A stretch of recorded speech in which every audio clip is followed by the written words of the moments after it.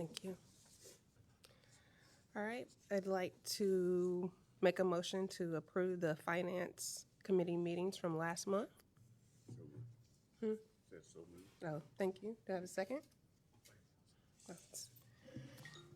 Any objections? Okay, moving forward. We have our investment audit that will be presented to us by Clark Schaefer this morning. Oh, let me back up. All in favor of approval of the Finance Committee meeting? Aye. Thank you. Any opposed? Nay? All right. Now we'll have our presentation from Clark Schaefer. Good morning. My name is Andrew Sizemore. I'm the director at Clark Schaefer. Kelsey probably has been doing the last few presentations.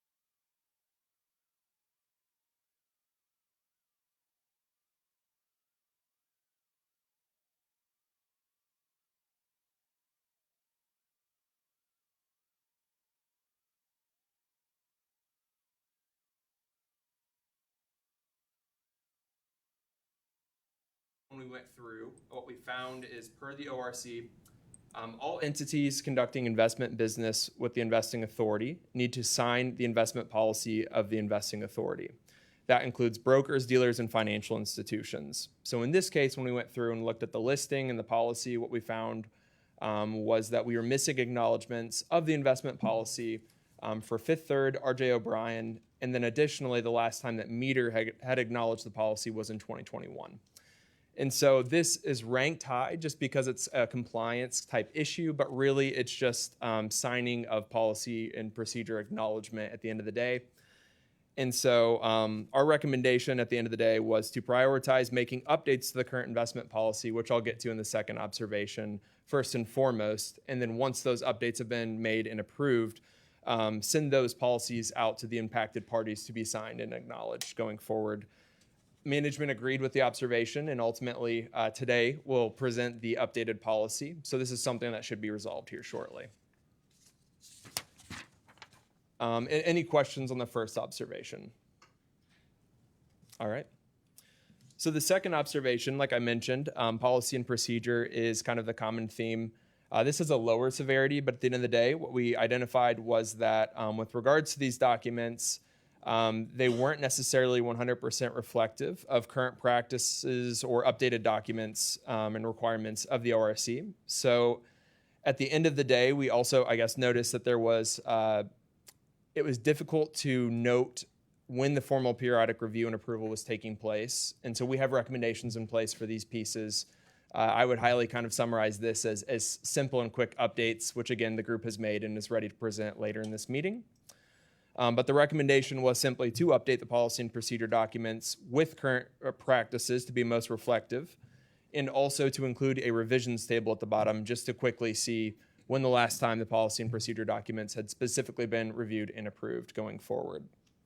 Again, management agreed with this observation and ultimately has that policy ready to go, although they initially targeted first quarter, so they're on top of things.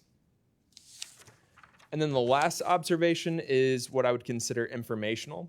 So this is just basically a carry forward observation from the last audit in 2021.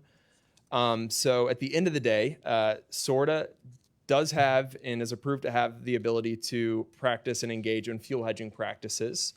So this is, again, a policy-related item. The appropriate ORC reference is in place in the policy, but what it's also missing is a reference to an Ohio Attorney General opinion that in combination with that ORC reference kind of gives the full authority. So this is another quick update, I would say, to that policy and procedure.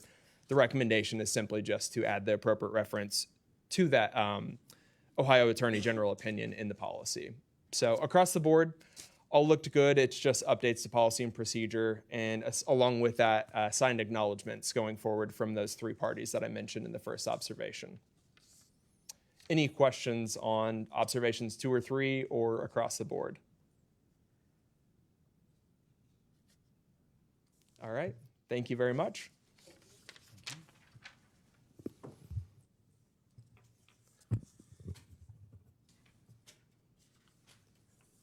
All right. Good update on the audit.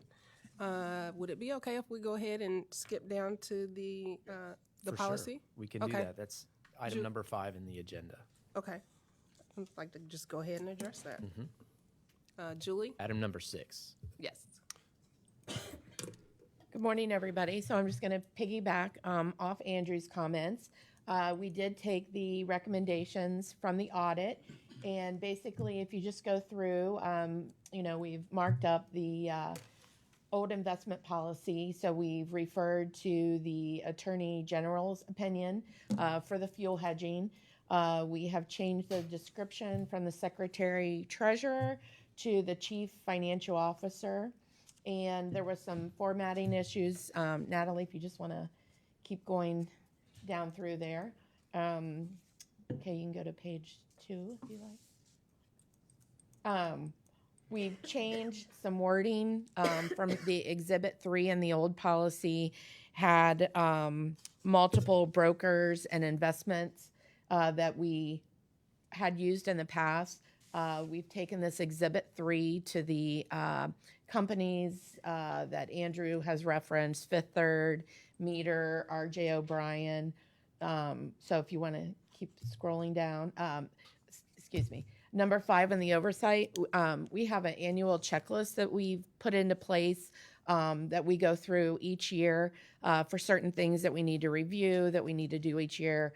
And we're incorporating this policy review on our annual checklist. So that's in bullet point number C. And the changes keep going through there for the CFO. And then if you want to go down to the exhibits, you can keep going, Natalie. Keep going. We've also included the Ohio Attorney General opinion in Exhibit 1. And then the last changes, Exhibit 3, we're removing the dealers, brokers, banks that we're not using, and we're updating it to the companies referred to in the audit report. You can keep going, Natalie. And then the last thing we did, keep going down, was add this policy review revision table in the policy. So we'll review that every year, send out new agreements for our brokers to sign, and then this would be the agreement that we send out. So it's pretty straightforward. Yes.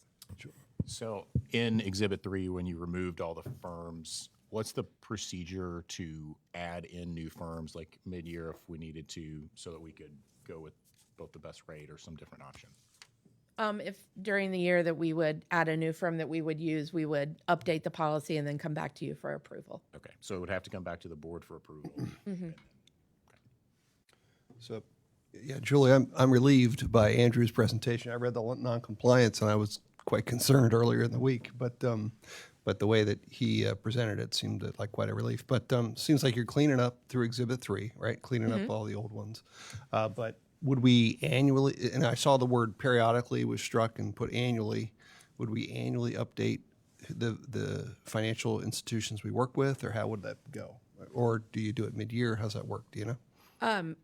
When needed. So as far as the policy review, we had not been doing that on a regular basis. So as far as Exhibit 5, that would be the review. If there are adjustments that need to be made mid-year, if we, decide to use a new firm, then we would have to, add them to that list and come back for approval. If for some reason we don't catch it during the year, the annual update's an opportunity to update those too, right? Yeah, Okay. Okay, well, thanks. you're welcome. Just like the investment policy, are the firms already set? Is that a true thing? Okay. And so the possibility of them being modifying is very, okay. That's what I thought. But it's just like the okay. Can we get Andy or Natalie a new copy of this once it's cleaned up? Thank you.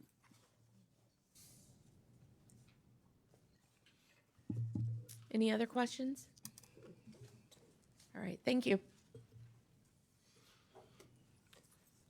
Thank you. It was nice to see that the policy has been updated so quickly and ready to go out to the members. Can we get a motion for approval?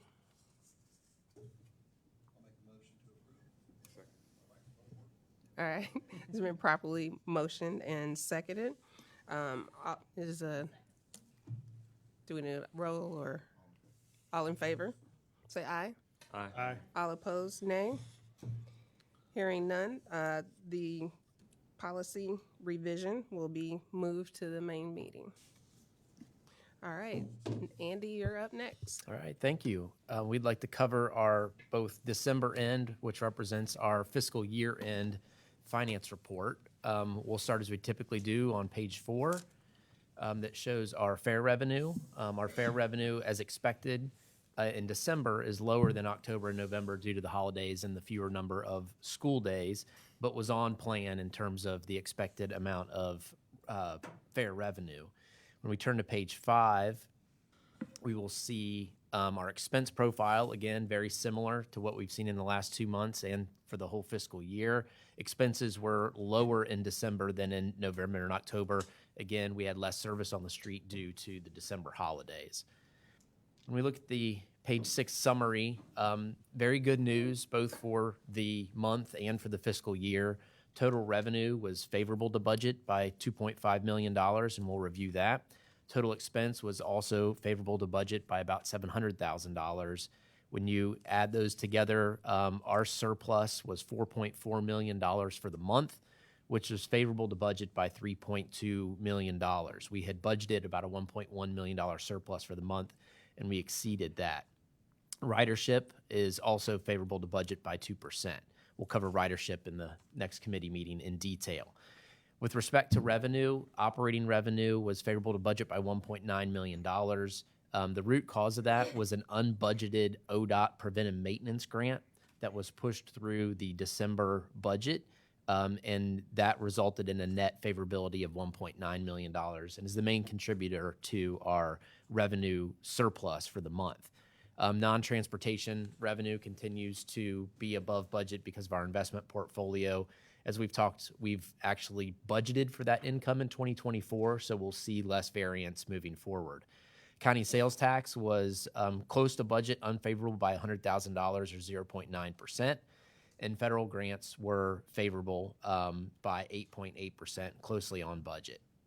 When we look at our expenses, Hey, Andy, before you move off revenue, the ODOT grant, was that something we anticipated as a 2024 opportunity, or was it totally unanticipated? It's unbudgeted, is my understanding, for 2024. Even better news. Cool, thanks. I'm going to ask Kevin to clarify that statement. We do have a partial budget for it Okay, next year. Okay. We don't know for sure until yeah. it I just wasn't sure unfolds. if this It was could be something that we year. planned for this year and got at the end of last year, or not. Thanks. Sounds like we have planned for it in 2024. With respect to expenses, wages and benefits were favorable by 2%. Fuel and lubricant was also favorable by $94,000 or 12%.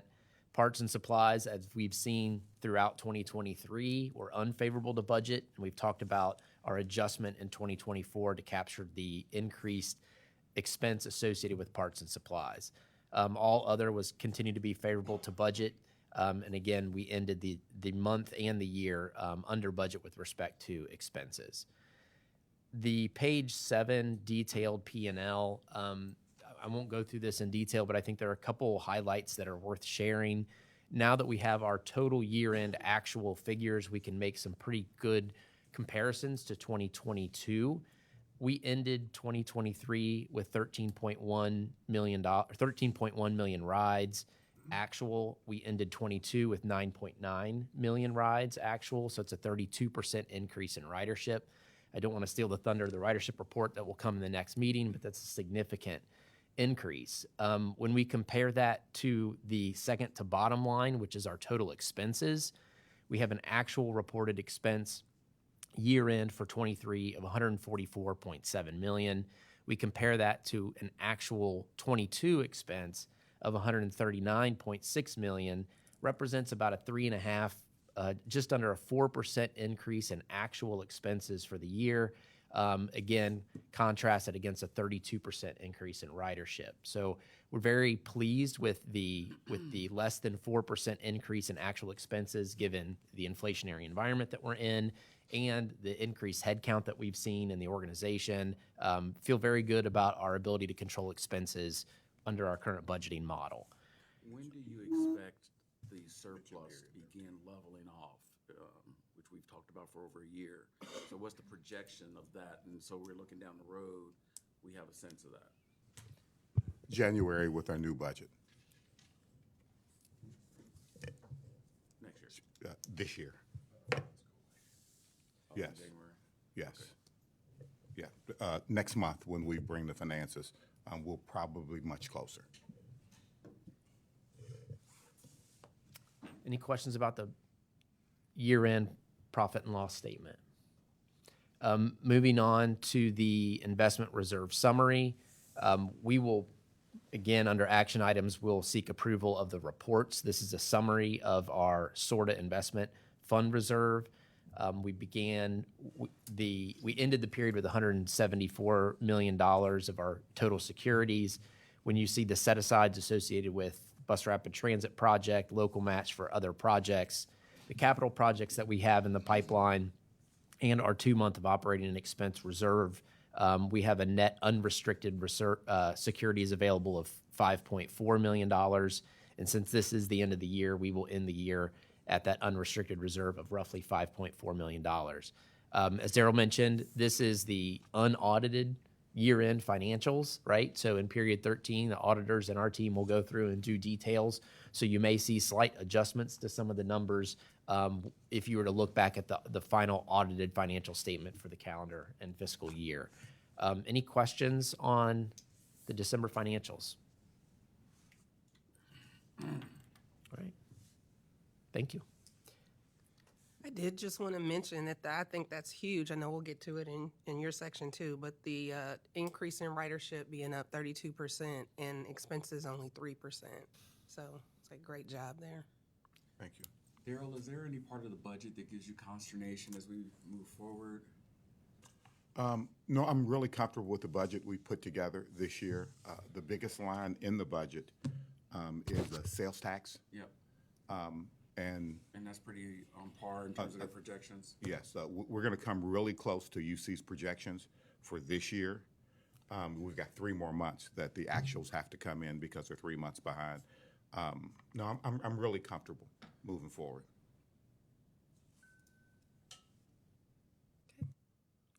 All right. Andy, you're up again. Yeah, so at the last board meeting, there was a question about our operating reserve policy.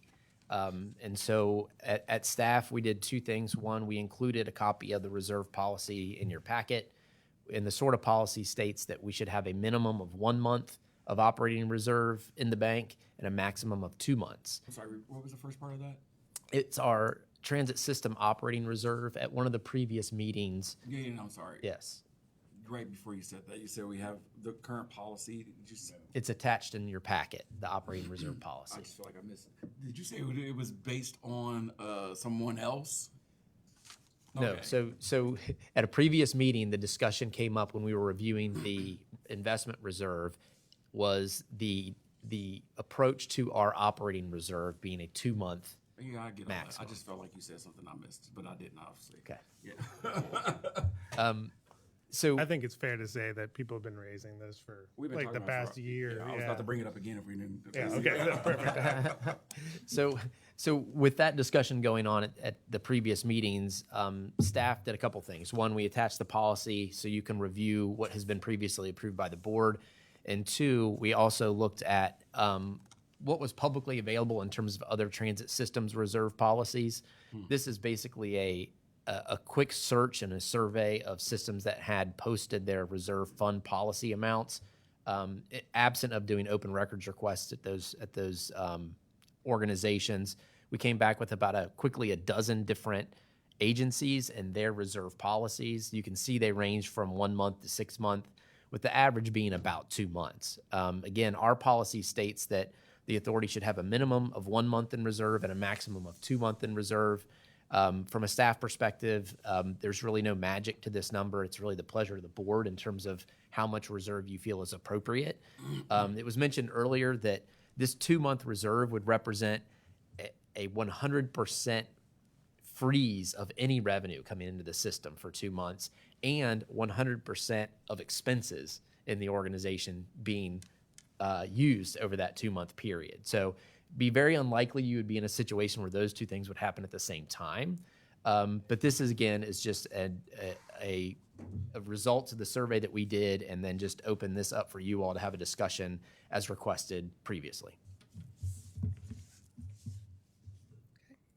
Any questions? Yeah, so one of the obviously things for the board to think about is this is a lot of money to lock up. And like Andy said, the odds of 2 months of no revenue versus all our expenses, like, so it's really more like, even in the case of COVID, we're probably like 5 to 6 months of expenses. So is this something we want to think about shrinking? It's a one-time benefit if we want to unlock the funds or change the board policy. But there's certainly other things that those funds could be allocated to. So I think the conversation was more around, do we raise the 2 months to a higher? It wasn't about coming back down. No, I understand, and I'm taking the other position Yeah. of, this is a lot of money to lock up. We need a firm and healthy balance, but if we're talking like a 5 to 6 month cushion, real world, that's probably more than is needed. Yeah. That's my position. I wouldn't disagree about the 5 to 6 months, but 2 makes me nervous because it's just not best practices from an organizational standpoint across the country.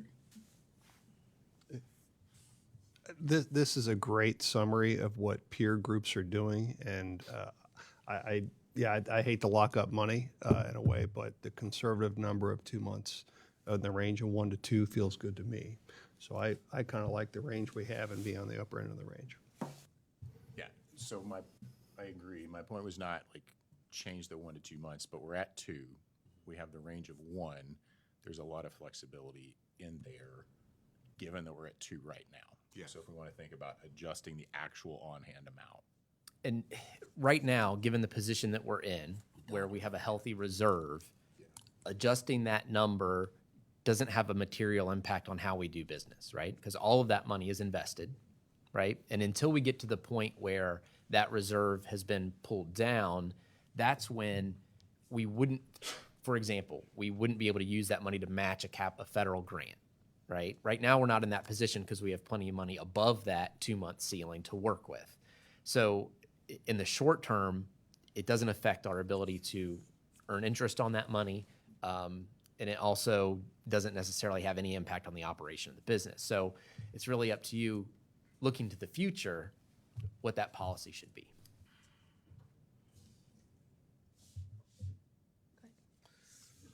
So I'm curious about this 1% to 2% and how that works, right? Because when I read the policy before, it's 1% up to 2%.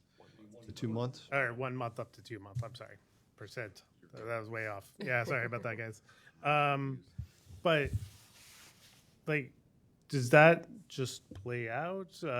Staff can draw that down, and we're still in compliance. There's no communication around it. Have we done that in the past? I thought we were just a straight 2 months. Sorry, and we kept it right at that. We started with 1 month to 2 months because at the time that the board put this policy in place, we weren't able to fund 2 months. So we funded 1 month, and the idea was to get it up to 2 months. We would not move any of that money out of the reserves without coming back to the board and getting permission from the board. Thank you. And of course, as our budget changes, the dollar amount of that 1 to 2 months also change, if that makes sense. Yeah, it does. What's your perspective on the timing, or whether it should be 2, 3, 6? I am very comfortable with 2 month reserve. And again, the reason is, in order for that to change, we literally would have to have if we had no revenue coming in the organization whatsoever, and we didn't change our expenses whatsoever, we could continue to operate the organization for 2 months at 100%. Chances of that happening are so slim and none. I'm comfortable with 2 months. The staff is comfortable with 2 months. Daryl, with the passage of the 2024 budget, and I'm trying to remember my numbers from before a holiday, how much do we expect this number to go up for 2 months of reserve from 24 million? Percentage of increase. Yeah, I mean, exactly. it's just, but it's a relatively nominal amount. Yeah, it would, Yeah, and even if we kept it at the 24, we'd still be in that 1 to 2 month range.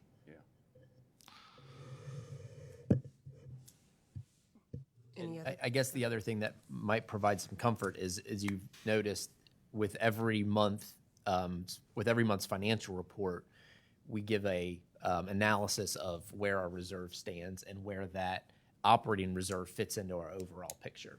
So to your point, there won't be a surprise where, all of a sudden we need to use these dollars. That'll be played out over time as we monthly report on our overall reserve position.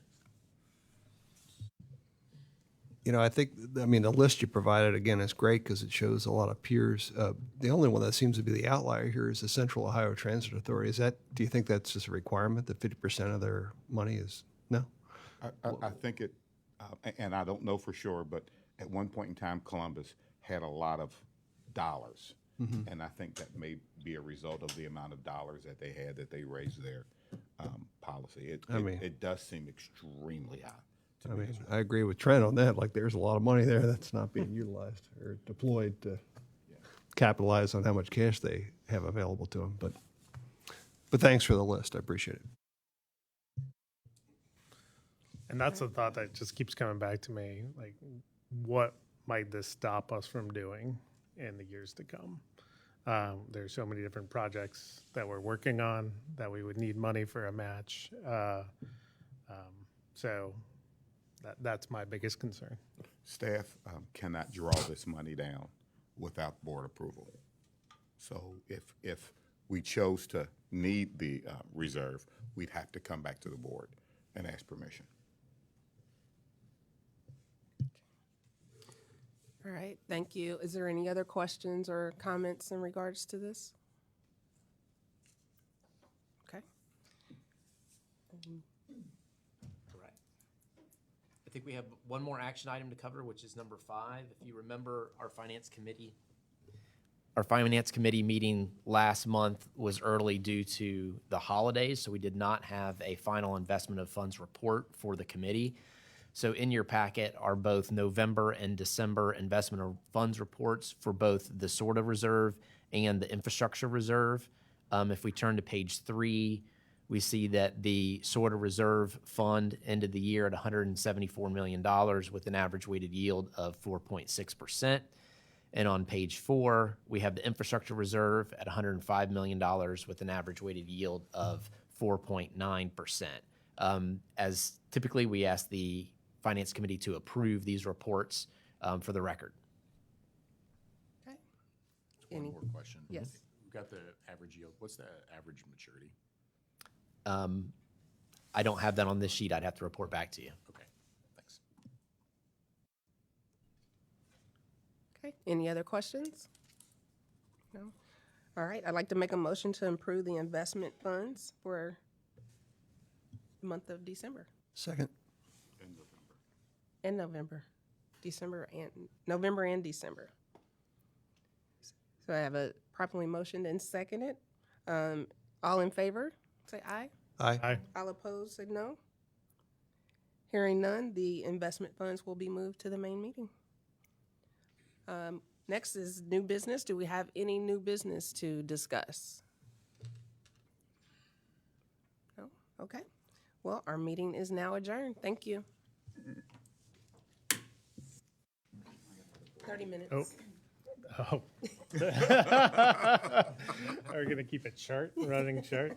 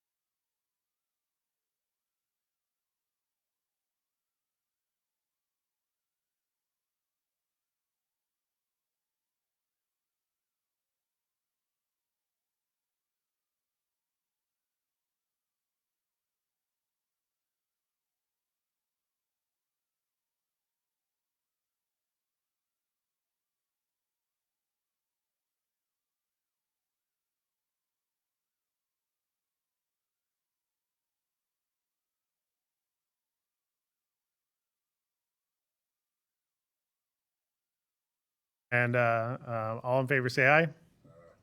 Opposed say left. Abstentions. All right, the minutes are approved. Moving on to good news. John, take it away. Thank you. Good morning, all. Let's start our good news report with our most recent Silver Wheel Award recipients, our employees of the month. Adrian, please. Good morning. Morning. So presenting the November Silver Wheel Award recipients, I'm going to start with Peggy Shaw. Peggy is an operator out of the Queensgate location, and Peggy is being recognized for her safety concerns and passengers and her coworkers. She had recently stopped to check on another disabled Metro vehicle that had a flat tire, and she stopped her vehicle and allowed the bus to safely get off the highway because it was did have a flat and it was still on the highway. So she stopped traffic to allow the bus to get off the highway with the blown tire, and so she's being recognized for that act of heroism, I guess you would say, to help the other bus. And then we have, next we have our Bond Hill Operator Month, which is Jerry Valentine. Jerry's a 25-year employee, and Jerry's being recognized for his 0 absences, 94.4% on-time performance, no customer complaints, and no disciplinary actions, and his willingness to always help others. So congratulations to Jerry. And then we have Queensgate Maintenance Employee of the Month, Dave Oding Sr.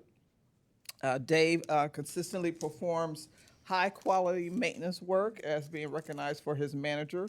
He's very dependable, and his expertise has been renowned by his peers and other colleagues, as he's always willing to help others.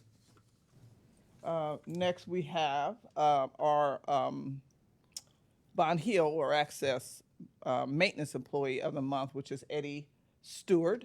Eddie is being recognized for his, he's highly punctual and always dependable, always willing to create a positive environment with his peers and always willing to help others. So congratulations to Eddie. Our Leadership Employee of the Month is Kim Wyatt. Kim is our Queensgate our RCC and dispatch manager. Kim is a longtime employee. She has recently been promoted and has extensive knowledge of the Radio Control Center, which is where she is responsible for managing those employees. She's taken a lot of time to build best practices, values her staff, and as a result, she's really created a pretty dynamic and high-performing team in the dispatch area. And finally, we have administrative support employee, Shalonda McCants. She's a dispatcher at our Access location, and Yolanda is being recognized for always being willing to perform extra duties and extra work. We recently had an unfortunate incident where several of our employees had lost family members during the Thanksgiving holiday, like right before the holiday, and they were unable to work their shifts. And Shalonda, who was on vacation, volunteered to come in off of vacation to cover those shifts in their absence and in the wake of their tragedy. So again, we are recognizing and congratulating all of these employees for the November Silver Award winners. All right, jobs well done by all. Thank you, Adrian. Speaking of good work, I'd like to recognize the 32-time defending champ. Is that right? Can I say that? That's got to be some kind of record. Metro's finance team. We're proud to announce the 32nd consecutive year receiving the Government Finance Officers Association Certificate of Achievement for Excellence in Financial Reporting. This reflects reporting standards or reporting practices of the highest standards, demonstrating a spirit of full disclosure from our finance team. And when you think about the new revenue streams and types in recent years, reporting requirements that come with those, certainly hats off to our award-winning finance team here at Metro. Good. Yeah. That? 32 times, I get a little, all right. That's, it's not old news. It's always good news. We're also happy to announce and also thank OKI for the recent receipt of nearly $5 million to support our bus stop improvement project. You'll recall that this will help us improve our nearly 4,000 bus stops, new amenities, new signs, transformational for our system and our riders. You'll be seeing all kinds of news on this project in the years to come. So again, thank you to OKI. More exciting news as we move forward with that project. We're also happy to share with the board that our business expo was a success, held December 14th at FC Cincinnati Stadium, where we could educate vendors on upcoming opportunities to do business with Metro, but also give insights and education in terms of our unique processes. Certainly happy to share that more than 100 potential business partners were in attendance. So again, the continued work of our procurement team, thank you for all you do to continue to engage the local business community and how we can best partner together. We're also happy to announce a unique partnership with Miami University and their economics department. Miami's will partner with Metro's fleet maintenance team in the areas of data analytics so we can better organize our data and build predictive strategies. This will be transformational for how we serve our fleet and maintain our fleet, ultimately with a better experience on the customer end, reducing service interruptions that happen while buses are out on the road. We've got much more exciting news to share about this program later in the year. So thank you to Miami. And pictured there, you see a lot of the students and professors that will be hard at work in this new partnership.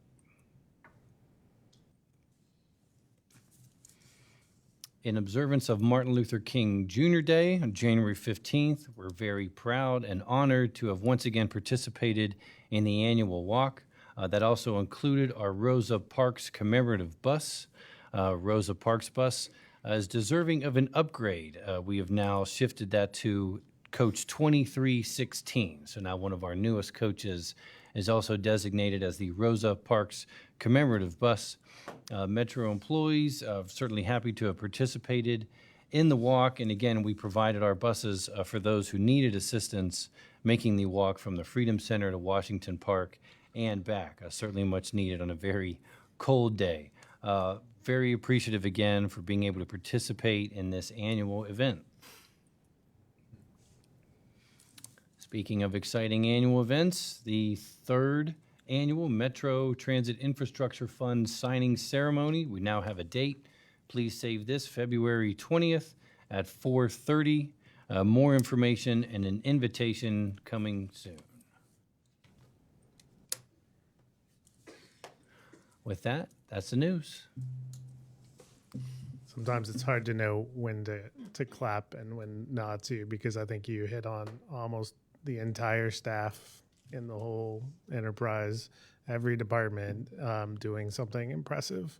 So I'm going to propose some applause for everyone here.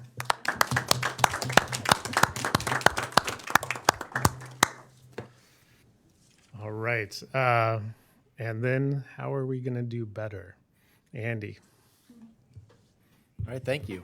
I want to report out on service quality and ridership in 2024. If you remember at the beginning of 23, we wanted to be very transparent with where we were with respect to service quality. We laid out some very measurable goals at the beginning of 23. We took a very aggressive approach. If you remember, we had about 30 initiatives that we wanted to tackle in 23 to try to do everything possible, all the above with respect to improving service quality. And we've been reporting that back out to you on a quarterly basis. That's the plan today, is to give you a report out on where we are with both our work for 23, the measurable outcomes for 23, and then a sneak peek at what we plan to do in 2024. The next slide shows, if you recall, these were our goals for 23. So we ended 22 with an average weekday missed trip of around 95 missed trips on an average weekday, and our goal is to bring that to zero. Our budgeted goal for ridership was $12.3 million, or 12.3 million riders, excuse me, and so on and so forth. As you go through, you can see what our goals were for 23. The next slide shows you, the process that I mentioned before is that we would have a certain set of initiatives and would report back to you and the CEO on a quarterly basis. And on slide 5, it gives you the 2023 update in terms of our initiative work. We completed over 30 initiatives in 2023 with respect to service quality and ridership.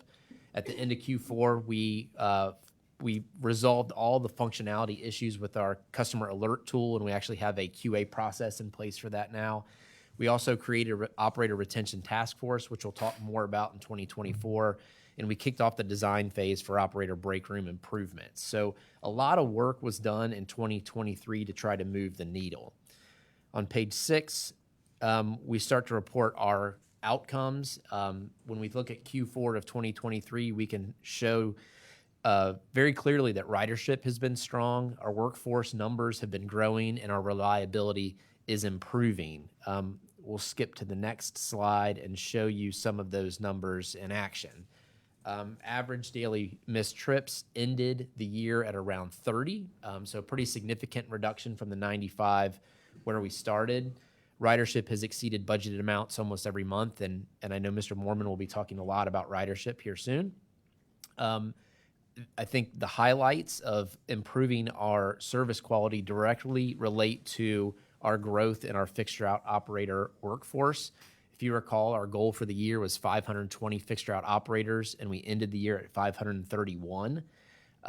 You can see the strong correlation between a decrease in operator turnover results in a net increase in operator headcount, which then drives improvement on your missed trips. So a very successful back half of the year with respect to service quality. On-time performance, as we've talked about in this meeting before, has struggled, but we're seeing a positive trend near the end of the year. We have a lot of new operators out on the street. Absenteeism and turnover, as I mentioned before, have been bright spots in 2023. We're very pleased with the progress we've made in 23, but we have still work to be done. On slide 8, this is where we're setting ourselves up for thinking about the future. When we report out the end of 2023, I won't go through each of these, but you'll see in the top half of this slide, we met or exceeded most of our goals, if at least made some significant progress. In the bottom half of the slide, with respect to on-time performance and miles between mechanical interruption and preventable accidents, we didn't make a lot of progress in 23, and those will be areas of focus in 24. Moving to slide 9. These are our measurable goals for 24. We would like to see our missed trips. We ended the last quarter of 23 with an average weekday missed trip of around 37. We want to bring that to below 10. We'd like to see single digits at a maximum every day during 2024. That would bring us to a reliability of about 99.6%. Ridership, as budgeted, would be 14 million for the year. Total fixed route operator headcount is targeted at 555. We've also added an Access and Metro Now headcount goal, so you all can see where we are. The headcount in the paratransit division will directly relate to our ability to expand service as we do the pilot work and review the operations in Metro Now. And then with absenteeism and turnover, we made such significant headway in 23. We want to set the bar even higher in 24, but you can see we're starting to diminish some of those returns as we drive toward service quality.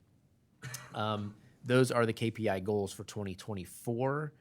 And on slide 10, you won't see a list of 30 initiatives in 2024. I think we harvested all the low-hanging fruit last year.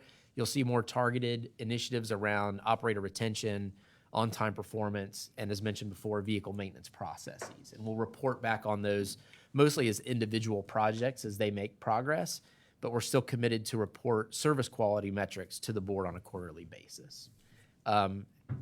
Happy to answer any questions or defer questions to staff with respect to any of these items. Team, questions, concerns?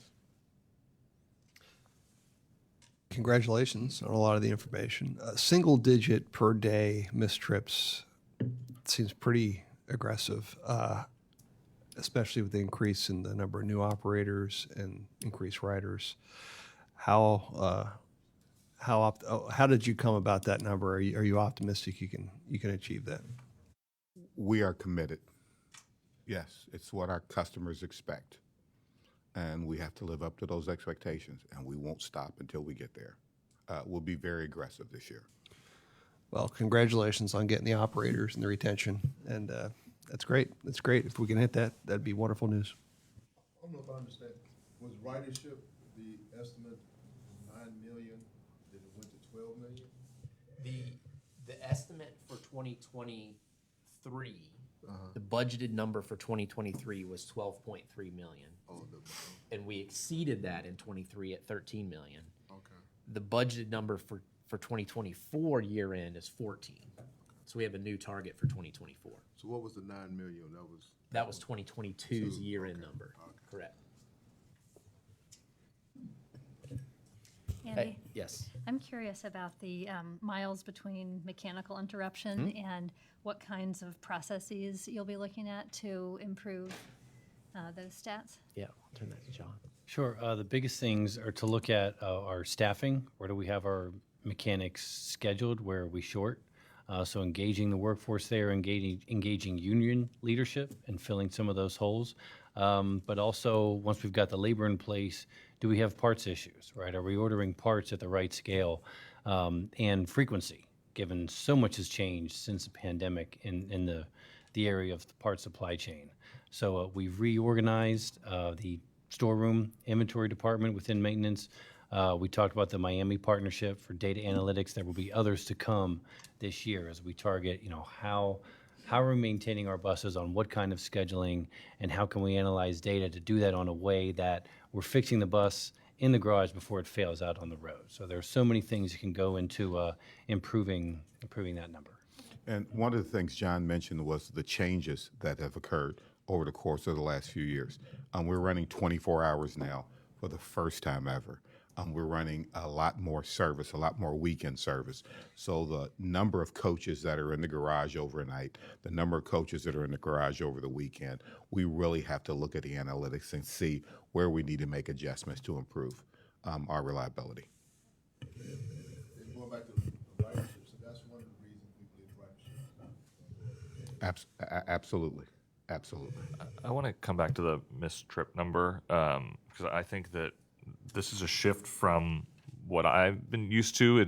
We've always said 0 missed trips is our goal, and I think that this is reasonable and aggressive to achieve it. But I do wonder what the conversation was like at the staff level about shifting away from saying 0 missed trips is our KPI versus something that I think is realistic and achievable, but there is something to the message that like our goal is to not miss a trip.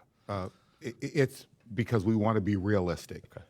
And what will happen is there's a train coming and a bus will get caught behind a train, or there'll be weather or detours or all kinds of things. So the possibility of getting to 0 with things outside of our control, so the below 10 is more reasonable with the environment that we That's helpful. Thanks. that we operate in. And that's not due to the operator. Yeah, That's it's total the missed trips. Yep. Yes. Operator head count. One clarification, miles between mechanical interruption. How do we measure that? Is that the bus has to be taken off service, or is it something in between? Taken out of service and due to a mechanical failing on the bus. So not something passenger related, for example, or service interruption that may result from traffic, for example, right? Something that we might report as a missed trip because the bus is late. It's staffed, it's out on the road, but something has delayed it, right? We will report that as a missed trip. You could call that a service interruption. That would not be in this number. This is particularly towards, what failed on a bus, what part, what repair didn't stick, and how we track that data, so particularly zeroing in on the mechanical failures that interrupt service. Thank you. Any other questions or concerns? I just want to make one point that I know is obvious to you all, but moving these numbers and exceeding our total fixed route operator headcount up to 531. If you remember, we started the year at 481. It was a net 50 gain in headcount. The amount of work that our HR team and recruiting team and training team and operations team does to get all of these folks through the pipeline and training out on the street is a massive amount of work. And I just wanted to make sure that we recognize them for that.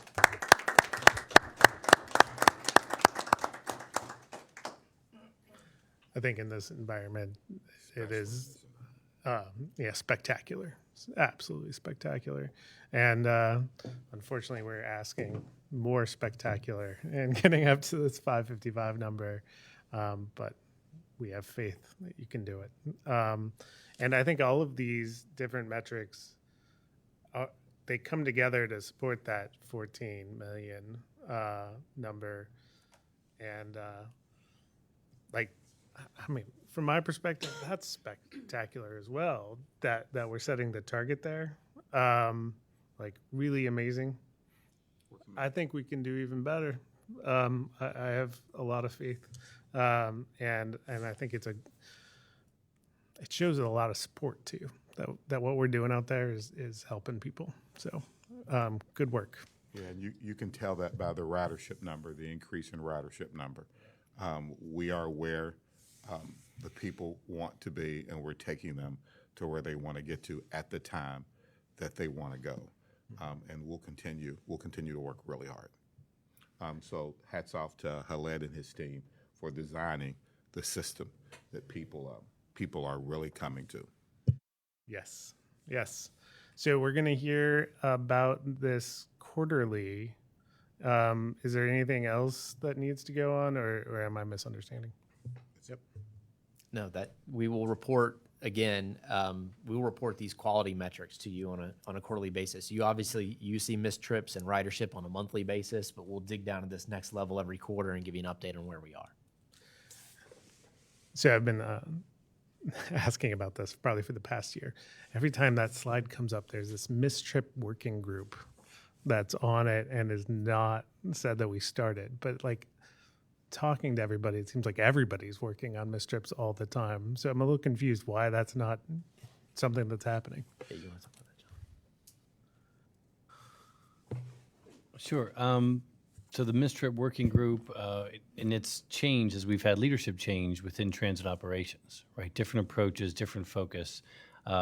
We've reorganized the street supervisors in terms of their role and being out more in the system and shifting more of the employee management to the managers in the divisions. We're working closely hand in hand with our IT business analytics department, right, to making sure that all our data feeds are right in terms of mistrip. So that's just two things where we might call something a working group. It's really, just as you said, it's morphed into every department that everybody has a role to play in service reliability. You'll see some of those improvements also come from what the planning and scheduling team is going to do in terms of analyzing on-time performance. Because remember, we will track a late trip as a missed trip, right? So the more we're on time, the less late missed trips we'll have. So we're starting to see how much interplay everybody has in service reliability, whether you're operations or scheduling or even a department that you might think on the outside is really unrelated. We're having conversations throughout the organization on the senior leadership team in particular, right? So beneath the executive team, all those directors guiding their teams towards making sure there are influences that everybody can have in terms of service reliability. So it's gone way beyond just some working group and becoming part of the regular effort. Thank you. I wanted to get that out there on the record because we're constantly talking about missed trips in these meetings or when I talk to staff, and having it not marked on a slide felt like it was misrepresenting the focus. All right. Any other questions? Great. Let's move on. Ridership. Steve. Morning, ladies and gentlemen. Steve Anderson. I'm filling in for Matt Mormon today with your December 2023 ridership report. Starting from the top, you heard 32%. That's a key factor I want to leave you all with. That has been our year-over-year ridership increase. A lot goes into that 32%, but I'd be remiss if I didn't mention or disclose to you all that it takes a while for folks to get used to a 43 that now goes to Sharonville, or a Route 4 that had 5 branches and now has 2 branches where every trip goes out to Kenwood. So you're starting to see some of that fruit that we're harvesting that was off the strength of the changes that we did last year around this time. That, in addition to, holiday service is now a lot more streamlined. Back in the day, it was a little bit of a guessing game what service you were going to get on a holiday. Now it's pretty much streamlined. Certain holidays run on Saturday no matter what. In addition, making the network more efficient, less transfers. Folks know that this bus is coming every 30, 40 minutes. I have more service out in Seven Hills or on Kemper Road or what have you. So we really are working together as a team. Even if I make a change or a holiday approves a route change, it doesn't mean anything if Brandy's team isn't communicating it. So it's the marketing, it's the operations, it's everything. It's how we maintain our bus stops. So we're really excited about that 32%. Can I add one thing? And I think just to put things in perspective, based on the recent survey we did a couple of months ago, about 20% of our riders have been riding less than 1 year. Well, 30% have been riding less than 2 years, but 20% been riding less than 1 year, which is 2023, due to the things that Steve just mentioned. So kudos to everybody. It's really exciting. And the budget team actually, you couldn't do a better budget. They did 1.6% off of total. That's pretty precise. Next slide. Here you see the golden arches, seasonality of our ridership, which kind of goes up, shows another trend. CPS is relying on us more and more. There's a trust factor there. I think that has increased. Manifold, for example, this morning I rode the 25 in from Mount Lookout. You would never see school kids on that route maybe a year ago. There were 7 kids that are riding it all the way down from Mount Lookout Square, taking it all the way up to, I presume, SCPA. Did I say that right? Or is it SPC? SC? Thank you, board member Sheets. So we're excited. This is great. We're setting up very nicely for 2024. Next slide. We've added a lot of service on Saturday and Sunday, and you'll see the trend there. We're holding steady Saturday, Sunday. We're way above budget on Saturday and Sunday compared to where we were last year. Weekdays, again, you have schools, you have vacations. December kind of slows down, but our weekends have held pretty steady, and that's because you're adding more local service. It's there 7 days a week, more frequency. Folks that need us, we're there for them. Next slide. You have the local service productivity. Again, you have a few non-CPS days. You have folks taking vacations or whatnot in December. That's the seasonality of our service. And you see the local cost recovery also reflects kind of those few days where it's not business as usual. Express service productivity is pretty much the same. You have fewer folks coming into the office on December. We expect that number to pick back up next month. And your cost recovery, again, is pretty much in line where we were last year. OTP, we've talked a lot about on-time performance. Certainly, our whole department is an OTP working group. You're starting to see the numbers starting to tick up in the right direction. That's a multitude of factors. I don't know if anyone from Ops wanted to add to this, but it's definitely going in the right way. Yeah, Steve, just to chime in, we've got Bill Sproul back, Vice President of Transit Operations, and also welcoming back Sean O'Leary as a Senior Director within his department. So we've got 2 guys there with a tremendous amount of industry experience, metro experience, and what you're starting to see here, Steve and board, is their renewed focus on every trip, every day, and making sure that everybody has what they need to do their jobs well. I'll note that Bill returned in September of 23. You've only seen 3 months of improvement since. So we've set that bar there, Bill. See, so we're sorry. Got to keep it going, keep that streak going. And January is already off to a very good start. So, yeah, certainly, Steve, a renewed focus with some real expertise at the helm.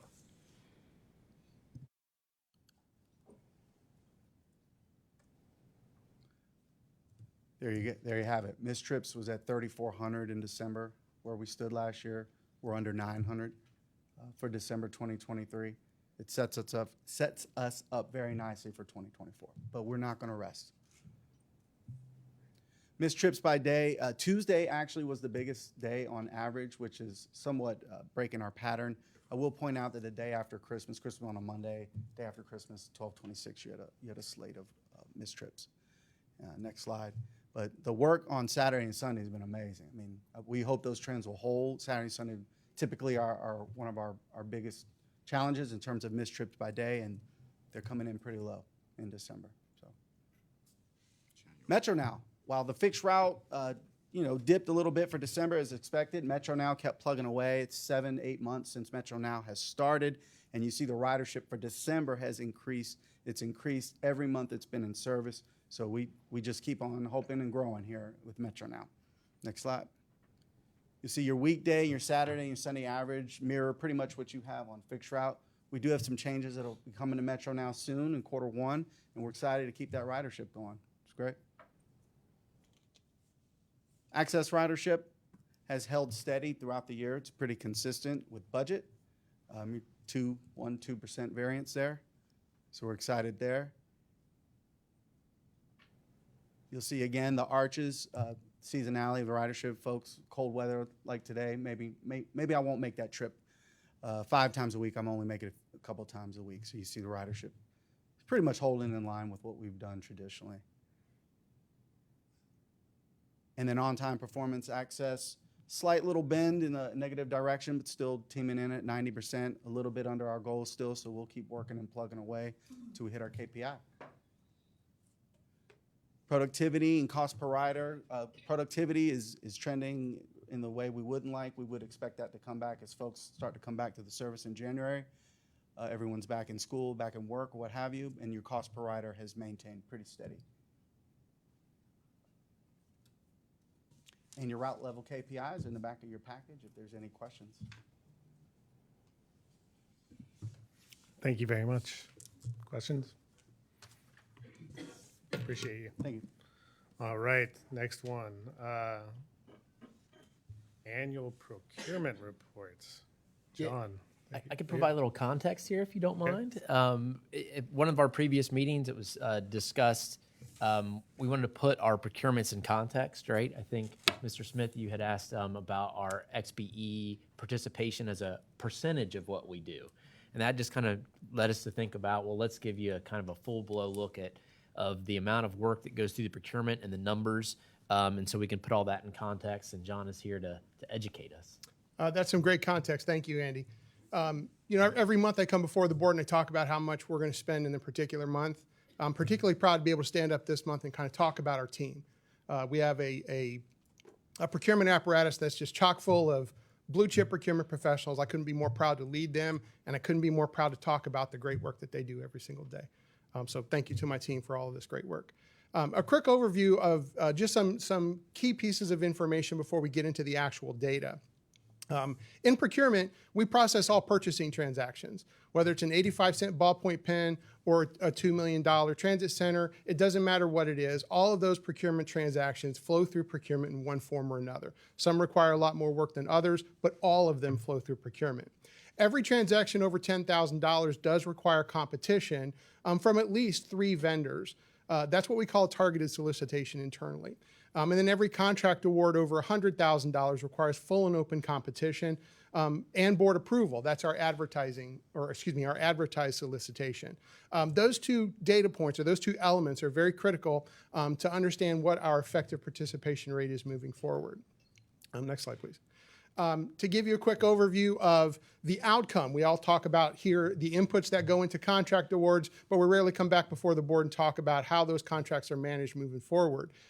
Active contracts may have been solicited several years ago. Our average contract term is about 2.5 years.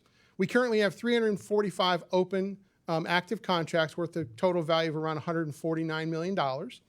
The average value of a contract for us right now is around $431,000.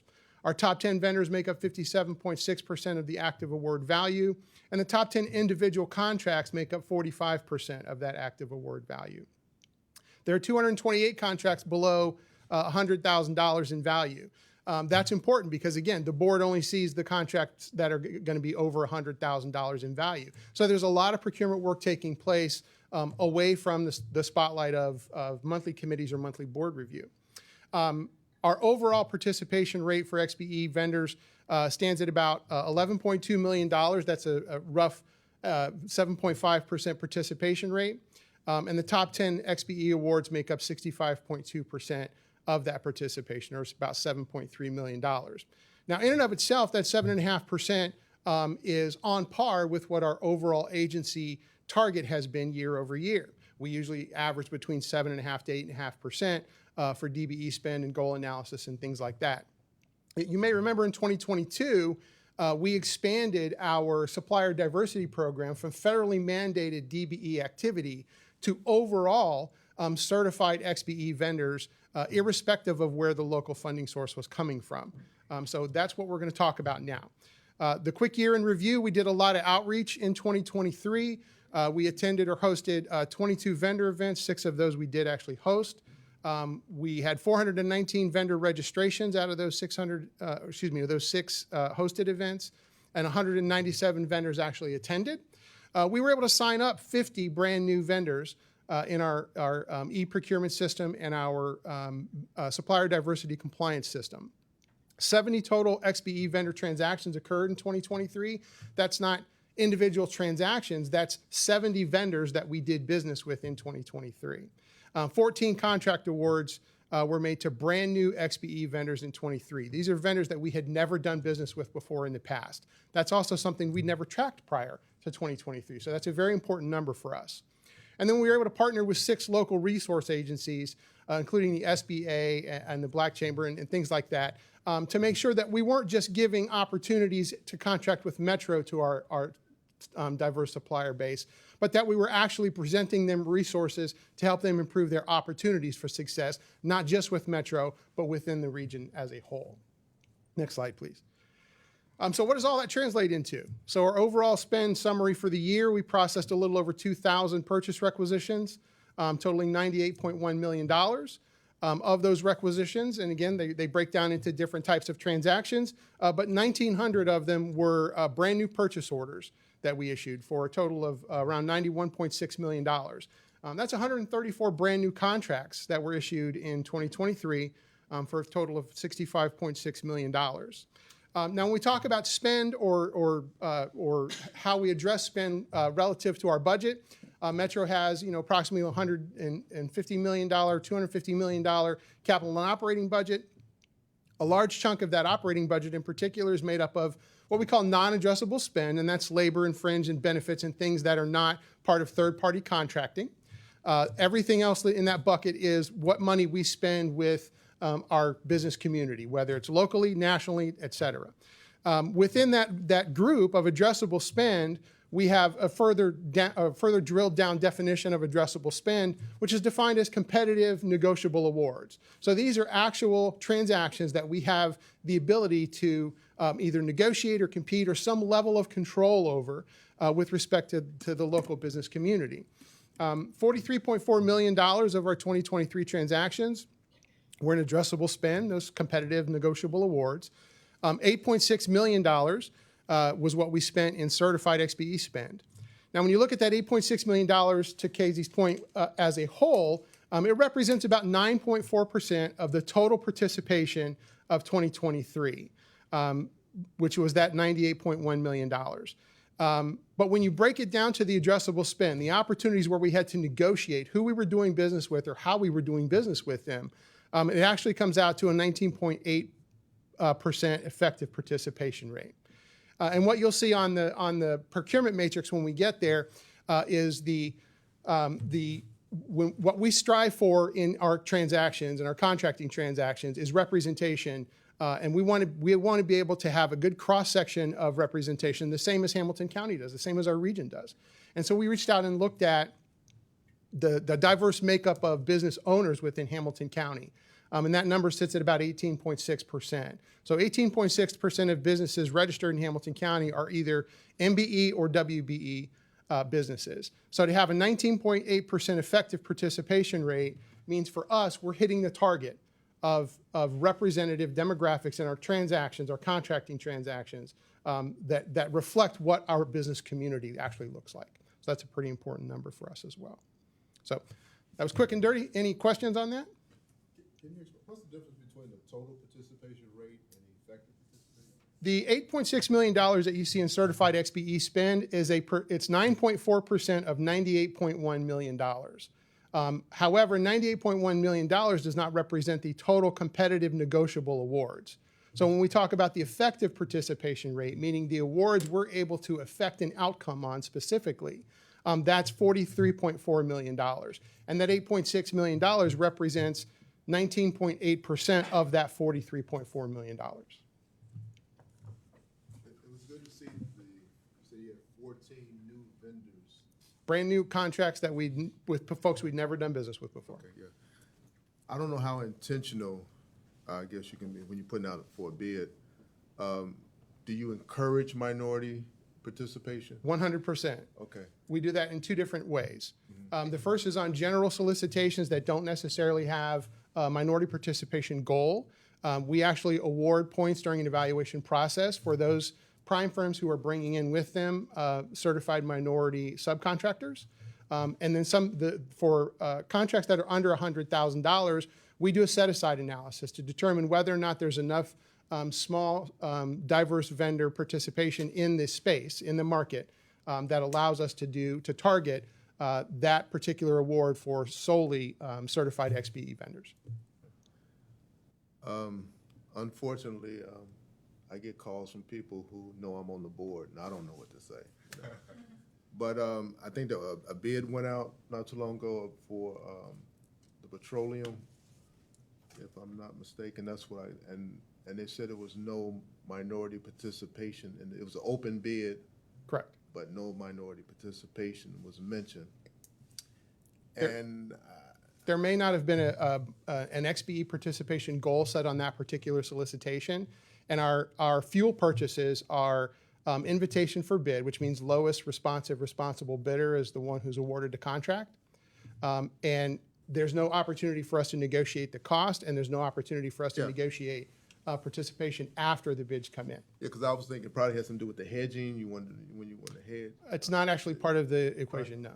Okay. It has to do when we put out a fuel bid. It has to do with number one, how many certified XBE vendors were we able to identify who are providing the good or service that we need, and if we were able to identify enough of them, then we would set a goal, a required goal for participation on that. It also depends on the level of subcontracting opportunities that are available in the good or service that we're purchasing.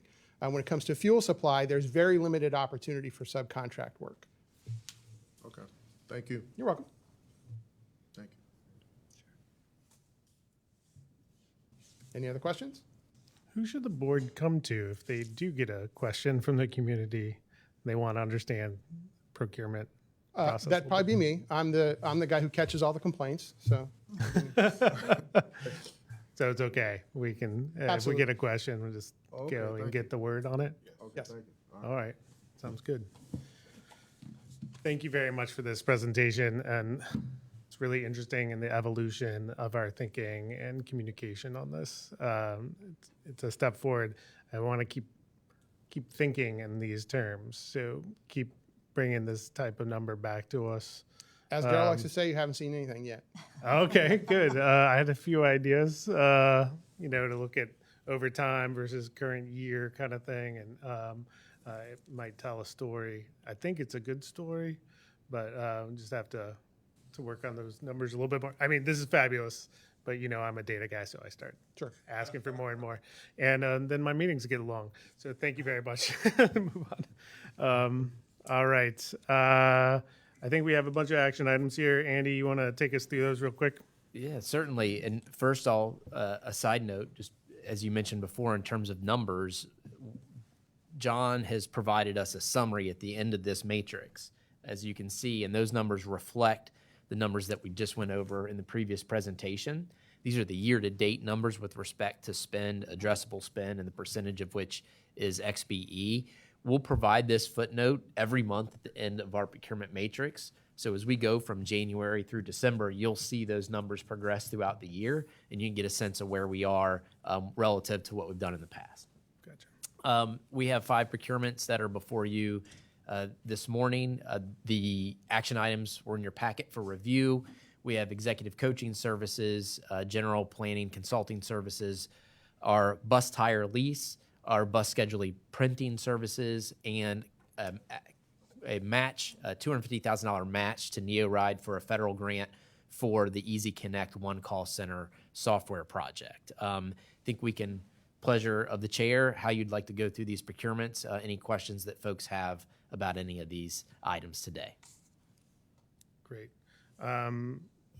Let's just see if there are any questions or concerns with each of these as we go. So executive coaching, this is a modification. I think the intent here is to expand the executive coaching a little bit deeper within the organization. Any concerns or questions? All right. If you have one while I'm going through and you want to bring something back, always welcome. Planning and consulting services. This is to bring in some expertise to help us with environmental and historical preservation type questions around transit centers that we really have to have in order to move forward with that work. Bus tire lease. Has it really been 5 years since we did this last time? I think I remember a robust discussion about leasing tires. How does that work? If anybody wants to go through that, please, let's do it. It was interesting to see in this procurement that there were few proposers who could do that anymore. Something we probably have to keep an eye on moving forward. And then, any questions, concerns? We have to have tires. Bus schedule printing service. This is really interesting, right? It used to be that every driver walked out to their bus with a handful of schedules for the route they're on. Less and less of that these days with these phones. I particularly still love them and love to look at them, but we don't need to print as much. So you see that the cost on this is going down. And then the NeoRide, this is perhaps, I mean, they're all interesting, but the one of note here, this is a local match, right, for, is it ODOT or? NeoRide. NeoRide, but it's like something else that Correct. we have a grant on. And this is for regional paratransit planning. All kinds of tech involved. There's a long list of all the different things going on in there. And is certainly part of our strategic objectives. So it seems like all of this is consent agenda items. Happy to discuss any of them. Board members? All right. I think we could do these all together. All in favor of putting all 5 of these action items on the consent agenda for the full board, please say aye. Aye. Any opposed, say left. All right, abstentions, none. So these all go on the consent agenda for the full board meeting next week. All right, so I think we're through everything. Any new business? Do have a question. I Yeah, don't great. know if this is necessary for Metro, but I saw in the news, I heard on the news where the Cincinnati Public Schools purchasing 10 electric buses. Yes. And I just kind of want, do they already, the Cincinnati Public School already have their charging stations, or do they work with Metro some kind of way for the electric buses? So I think this was a contract service that goes out to First Student, if I read the news right. So it's not us, it's First Student, which is a private contractor. Okay. Currently, Cincinnati Public Schools do not have their own yellow buses. They don't have their own fleet of buses. So this is for one of their contractors. Oh, okay. Okay. That's good. I do have to say, it's very interesting to see how various regional, entities are moving into that space and to see how that goes. It's important for us in our future. So let's keep an eye on that. And last, I just want to say, I accidentally took my iPad home, and I brought it back to Nancy. Nancy is the nicest person in the world. I just want to say that publicly. She is the nicest person in the world. And I had her on my speakerphone. My wife heard said, "Oh my gosh, she's nice. She's the nicest person in the world." I support that. Thank you for all you do. Thank you.